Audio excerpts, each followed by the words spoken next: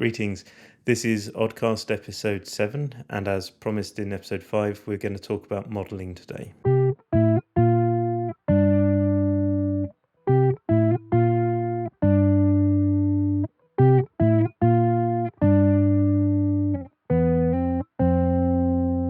When I use the term modelling in this context, I mean any simplified version, anything that we've done to simplify reality so that it's more simple to think or communicate about.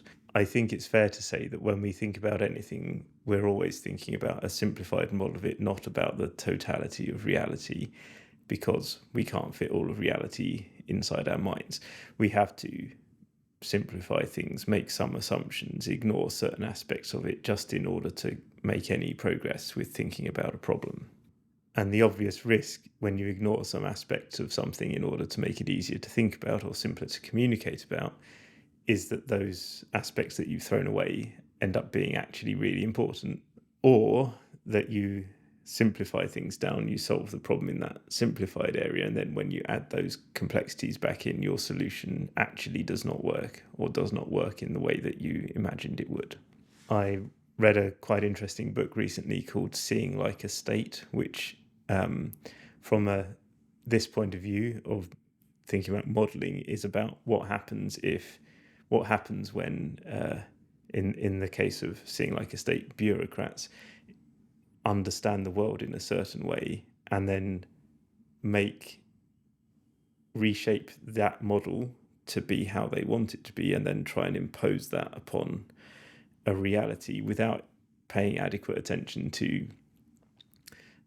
the differences, the things that they threw out when they were creating the model in the first place, and how that means that what they want to do perhaps doesn't make sense. It's a pretty depressing book. If you count the number of people in it who are killed by these decisions, it's really pretty terrible. But it's an interesting one for what you can learn, hopefully, that how to avoid making such mistakes in your own work. You might think from what I've just said that I'm arguing for making the model as complex as possible, just simplifying it enough to do the job of fitting inside your mind or being possible to communicate about. I actually don't want to make that argument. I want to say that the models that you think or communicate about should be only as complex as they need to be to do the job you need them to do. You don't need to make anything more complicated than is necessary.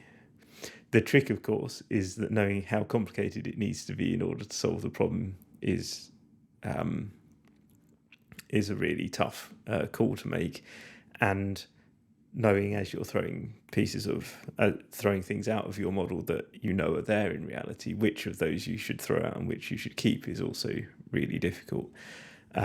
I'm not certain. As I'm saying this part of the podcast, I don't know if I'm going to come up with anything truly helpful to you.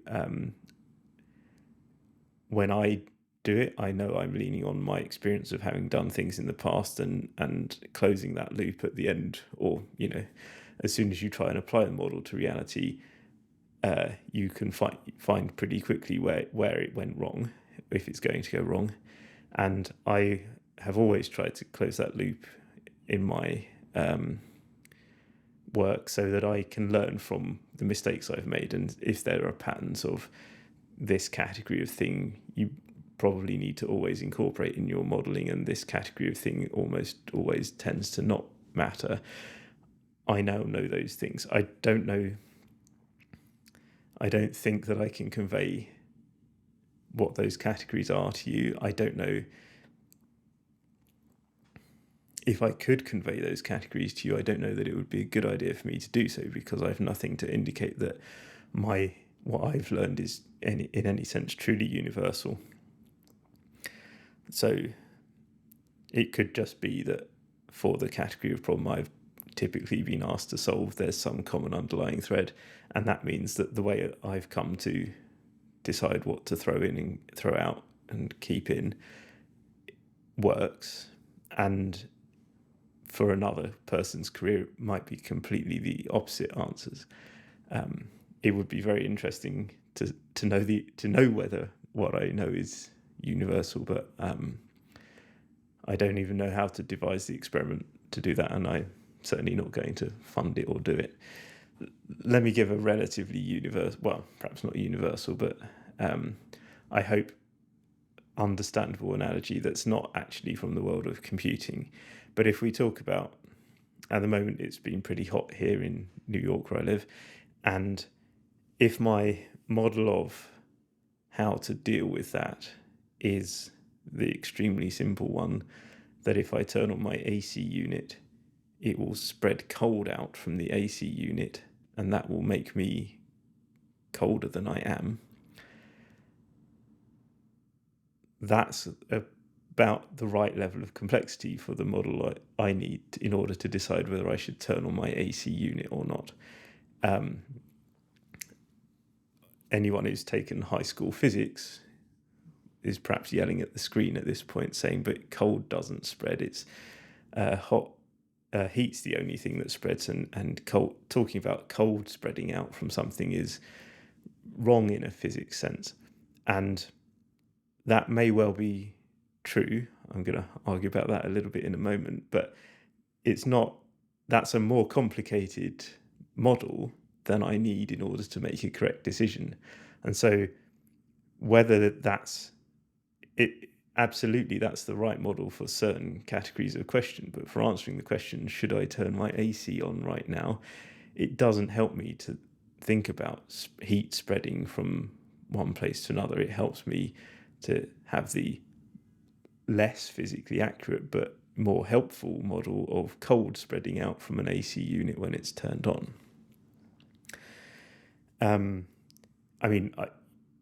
When I say, is it accurate to say that heat spreads from places and cold doesn't? That is, what we're taught in high school. But if you really wanted to be accurate, you'd have to sit down and solve a load of Brownian motion equations, and then you'd go, oh, hold on, no, there must be some quantum effects here, so I better do some quantum mechanics maths to understand how the particles are really interacting with each other. And my point is, if your objective is to seek the most accurate model that we currently have available for us for analysing this kind of thing, you'd end up somewhere in quantum mechanics land, and you'd be there doing equations getting hotter and hotter and hotter, whereas the idiot who thinks that cold spreads from AC units has made the correct decision, turned their AC unit on and got on with their life. What I'm saying is the same sliding scale trade-off happens when we're doing software engineering problem. We can have a grossly inaccurate but extremely simple model with relatively few moving parts and all of them being extremely relevant. We can think about that easily. We can go through everything it's possible to think about that pretty quickly, and we can make decisions very quickly. And if everything that we threw out to create that model was truly not relevant to the problem, we will have made a correct decision extremely quickly. Happy days. Go to the pub. And if we've made errors, or if we've made an important error in what we decided to throw out in order to create that simplest possible model, then we'll arrive very quickly at a wrong decision, but that within the bounds of our model was perfectly correct, but in reality is wrong. And we'll have some kind of disaster on our hands, and that's bad. So I don't want to say that the answer is to just, get this right. To an extent, of course, that is true, but I want to talk about the tactics that I realize that I have to help me get this right. And I hope that that's useful to you. Or, of course, you may have different and possibly superior tactics to me, in which case, please let me know. I'd love to learn as much as I'd love to teach. What I do as I'm simplifying something is I keep a note, either sometimes on paper, sometimes just mentally, of I've decided that this thing that I know is a factor in the real world to some extent. I'm just going to pretend that isn't a factor, and I set that out of the model, but I know that I keep a note of it when it's there. And then when I solve the model problem, so I solve the problem as far as it applies to the model that I've simplified down, I then go back through this list and go, okay, let's add in sort of reverse order of, like, I'll discard the things I think are least likely to be relevant first, and the things I think are most likely to be relevant but I need to get rid of in order to think about it last. So go back through that list, picking off things that I think are most likely to be relevant and saying, okay, now taking this solution as a fixed thing, so I'm not anymore trying to think about the problem in order to solve it. I needed the simplest model to think about the problem in order to solve it. Now I've got this simple solution and this original model. I add in complexity in terms of those factors I had ignored before, but I'm just asking the more simple question of, does this solution still work or still make sense? And so progressively, as I undiscard those factors, I gain more. If I keep finding that the solution still makes sense, I gain more and more confidence in it.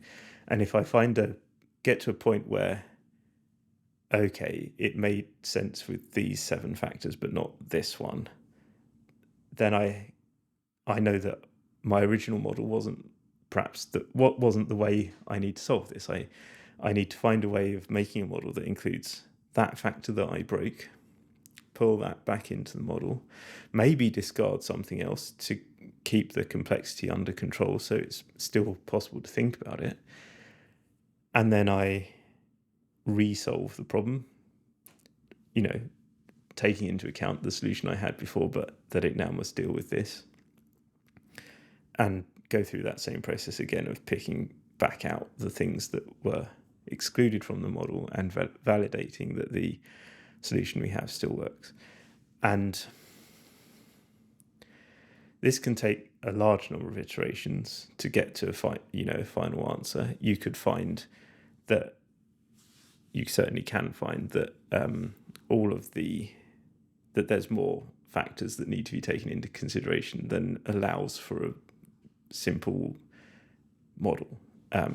That's definitely a risk. The thing with that is, as you think more and more about the same category of problem, your capacity to add a bit of complexity to that model that you can think about increases a little bit. Like, it's not super fast, but it does definitely go up. So I've so far been pretty successful at solving problems in this way. I don't say that it's always fast. It can take a very long time. It can certainly take me a couple of days to slim down an original problem to what I think is a model that is possible to think and communicate about. It's not instant to make a solution to that. It typically takes a day or two. And then as you add the complexity back in and find a problem, you can be back to the beginning of that cycle. You hope that as you go through this, each iteration gets a little bit faster. You gain a little bit more capacity to think about slightly more complex models in this problem space. And so far, that's always been true for me. But it can take many weeks to arrive at a solution if the problem is sufficiently complicated, or the correct way of modeling it, the most useful way of modeling it is not immediately obvious. I corrected myself from saying correct there because I don't want to ever delude myself that the models I've come up with for a problem are correct models of reality. They're not. I wouldn't want to defend them have to say I'm going to defend this as a correct model of reality. I just want to. The objective is to find something that's correct enough to give you a solution that works, and that everyone can see will work, and simple enough that you can think about it in your head, and simple enough that you can communicate it to other people, and useful, which is a bit of a vague term, but back to the AC example, that's a useful model, even though it's wildly incorrect. And the quantum mechanics for that particular problem case is a useless model, even though it's much more close to being correct. So that's the end of, I guess, my main point on modeling and my main useful strategies. There's a few other things I want to offer as thoughts, and they're somewhat related to modeling, and they're somewhat related to topics from previous episodes. So as I think I mentioned before, it's pretty rare that you'll encounter an entire, the whole problem completely laid out for you. And so part of the game when modeling is to try and understand what you've implicitly discarded because you never knew it in the first place. So trying to account for what you don't know is one of the hardest things.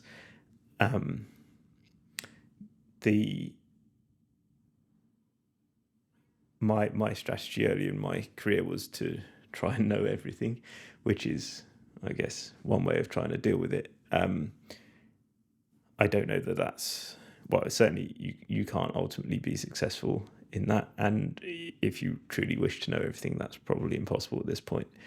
And I don't know that it's for everyone to, that would suit everyone's character. It worked okay for me as a strategy. So what I'd say that I think about that perhaps normal software engineer doesn't think about is I know how, to some extent, how the memory bus of CPUs work. I know how the CPU instruction sets work. I know what the computer can actually do. So when I am thinking about a problem, I know the difference in performance characteristics between, if I write this line of code, it's going to be a hardware instruction that takes 17 cycles. And if I write this line of code, it's going to call into a software library and take 300 milliseconds. It's surprising to me that how many software engineers can have successful careers without ever bothering to learn the difference between those things. But I observe plenty of people are having successful careers like that. So, I couldn't have done my career in the way I've done my career without learning that difference, but it doesn't mean that it doesn't work. So, and this is kind of back to where my opening, where I can tell you what works for me, but I can't tell you what works for you, and I can't claim that what has worked for me is going to be universal, because I already know that it is not. So if you've listened to all of the Oddcasts so far, you'll have noticed that it's called an Oddcast and all of the episode numbers are odd numbers. This is for a variety of reasons, and I get, my one of my intents with doing it, which I'll give you for free, is that so that in this episode I could say, you've noticed this. What's your model for, can you make a model for episode numbers of Phil's things on YouTube? Because you've got a fair amount of information from what I've said in previous episodes and what I've just told you, but is that the whole thing? Is that enough for you to understand, to make predictions? I think the easy question is, what will episode 9 be about in very broad terms? And you should be able to build a predictive model that gives you the correct answer for that quite easily. You may, at this point, be able to deduce what kind of general category of things episodes 8 and 12 will be about. And if you want a real challenge, try and predict what the nature of episodes 2 or 6 might be, as a challenge to yourself. If you want to do that, I mean, if you want to comment below or write into to me on some other platform with your guesses, I will answer them in episode 11, or give you a fuller answer in episode 11 of this one. So you've got about 4 weeks to get that out of the way. There will be an episode 9. There will be an episode 11. I haven't yet entirely decided which sequence I want to do the 2 topics I have planned in. So I won't trail now which either of them will be, but hopefully it will be in a couple of weeks' time. I'm sorry to have missed a week. I had a sore throat and a cold, and I couldn't really speak, so I can do the recording session. As always, thank you for listening, and I hope it's been useful to you, and goodbye.